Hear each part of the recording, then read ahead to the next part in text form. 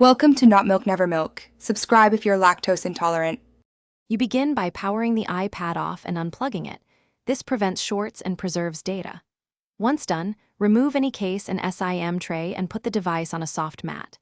Make sure you have the right tools: pentalobe or Phillips driver, suction cup, plastic picks, and an ESD strap to prevent static damage.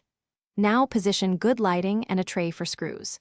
These steps let you start prying the display without risking internal damage or losing tiny parts. You apply gentle heat to soften adhesive around the glass. Keep temperature around 40 to 50 degrees Celsius to protect components. Once warm, use a suction cup and plastic picks to lift the screen slightly and work along the edge. Take your time and avoid flexing the glass. When you see the bracket screws, remove them and expose the logic board connectors.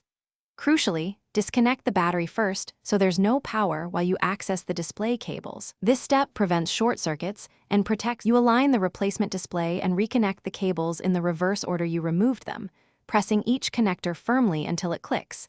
This ensures data and touch lines are secure.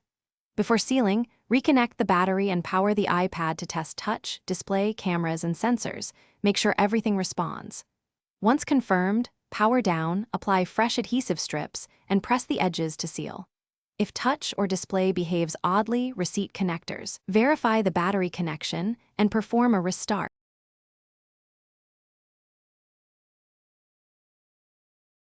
Thanks for watching. If this was helpful, leave a like and consider subscribing. See you next time.